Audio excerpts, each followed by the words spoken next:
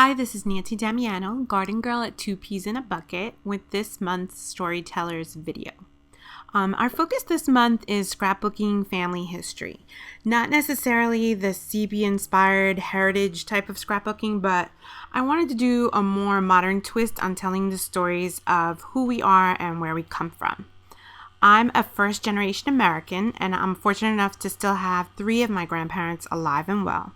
So I grew up hearing firsthand the stories of the how and why they immigrated to the United States, and their sacrifices and expectations for future generations just have been a part of my daily life.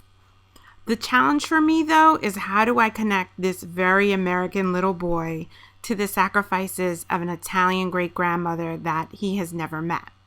And I think that's the best part of scrapbooking, or one of my favorites. I can tell the story and make an interesting visual to physically connect the photos. Let's pull some supplies together and see how we can best tell the story. I started out with 2 photos, one of my son from about 2 years ago, and another photo that actually hangs on our mantelpiece. And to base the layout, I knew I wanted to start out with a ledger print, so I pulled these 3, thinking one of these will be my final choice. I do go with this one from Chic Tags. There was just enough color in it. There wasn't too much color, and I wasn't too crazy about the yellow in the other background. And then I went with an assortment of Jelly Bean's latest collections. There's a birthday collection, a travel collection, and an everyday collection. And they all really coordinate very well. There's probably a few papers from each one, and I like to mix and match them.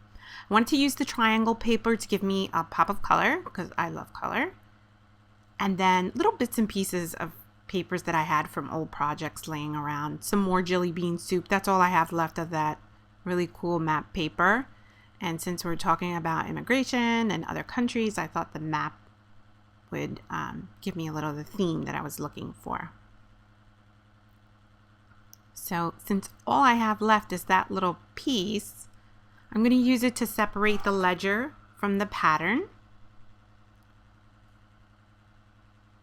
And I decided to have the pattern just peek a little bit at the top. So that's why I based the page on this scrap piece of craft cardstock that I had hanging around. And I'm going to build some layers.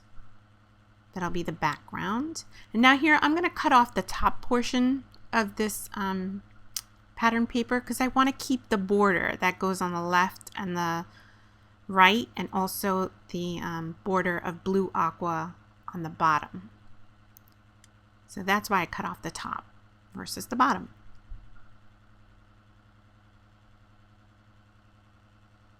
And the reason for all the ledger paper and why I knew it was going to be the base was because I knew there was going to be a lot of journaling and story here.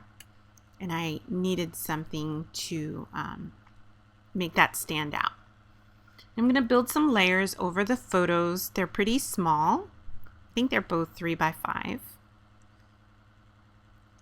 The reasoning behind that is because that vintage photo is a photo of a photo, and I couldn't print it out any larger than that. So I have lots of space to fill up, and I'm going to use, this is from October Afternoon, the map. It comes in one of their sort of pattern paper mats, and it's a school theme. But I like, it looks a little vintage, so I think it goes well with the black and white photo. Takes up some space on the layout, gives us some color, and it has to do with the theme of immigrating to the United States. Now here I'm just marking off where my journaling is going to go. So before I glue down anything else, I'm going to put this through my printer. I do have a wide format 12-inch printer, and I've put the entire story there in that spot. If you don't have a 12-inch printer, just use some vellum, or you can just use a white sheet of cardstock to do it. I'm going to add a little bit more color under this photo mat. We're going to use some teal, and I'm going to have the globe there sticking out just a little bit. A globe is one of my favorite icons, globes and maps. So it's good to use it on this page where it kind of makes sense to me. A little bit more layering, because it looks a little flat here. These are really old. They are from Basic Gray, the capture line that I used last summer.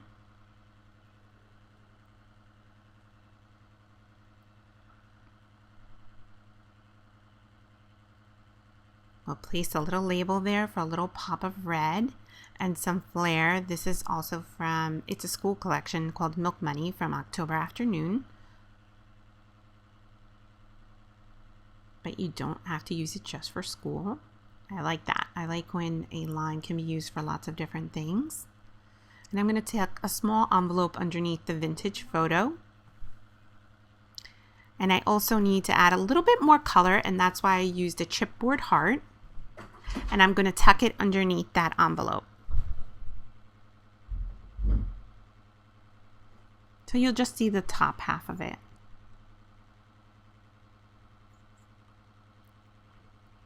Once I have that cluster together, I'll glue it down to the page. It's easier for me to create a cluster that way and glue it down to it rather than to the background page in case I change my mind, which I do a lot. Now, to connect the two photos, I want to physically connect them, not just through the story. I am going to stitch a line from my son's picture to his great-grandmother's picture. So I just made a very light straight line with a pencil mark, and I'm going to pierce some holes at 1 centimeter around the journaling. And around that line, I'm also going to add Italy and the USA, just to show from where we started to where we ended. So I'm going to leave out the stitching on that part of the line. So that's why it was important to measure it out. And I have those letter stickers stuck on that ruler there, because where I'm going to place them on that red line does not have punched holes, and I will not sew in that spot. So my letters will lay nice and flat. And here I finished the stitching, and now you can see where those spaces were left open. I just thought this was a cool way of adding a little subtitle there, and it really draws your eye to the point of the whole story. And again, it physically connects the photos, which is the point of my journaling, is trying to connect my son to the story of his great-grandmother. So while in his lifetime he didn't know her, I let him know some of the things that she valued and why she immigrated with 5 children and came in through Ellis Island. So that's what mostly the journaling tells. The decoration and the scrapbooking, that's the fun part. All right, and then I'm going to put points on the end of these lines, making my final connection between the past generation and the future generation that his great-grandmother didn't even get to see.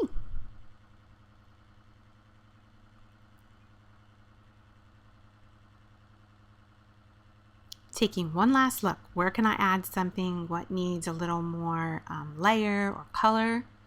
And I'm going to use these flags by Studio Calico, and I'll fiddle around with them, put them in several different places. They all look good now looking at it through the video, but when I was making the page I really was indecisive about this, so I moved them all over.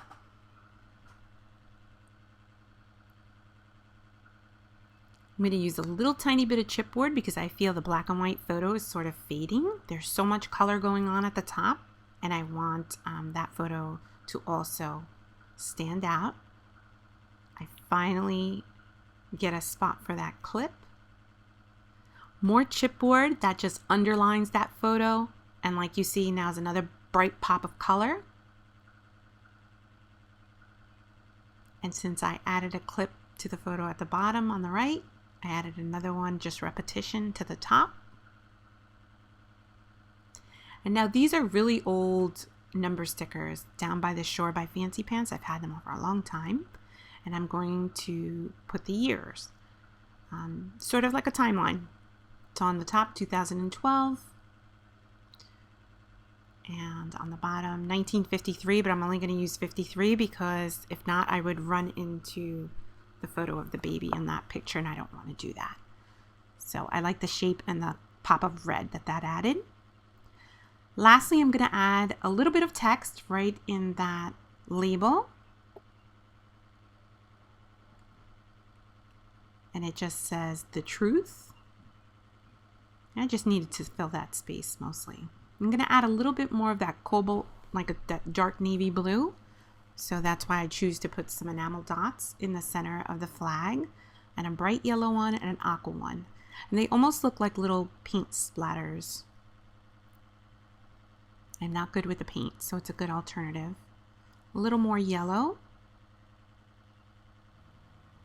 Taking one last final look at the layout, I think this one is complete. It's got lots of great layers, splashes of color, and it tells the story. I hope that you find this design useful anytime you want to connect the past and the present in photos. Thanks so much for joining me. I'll see you next time.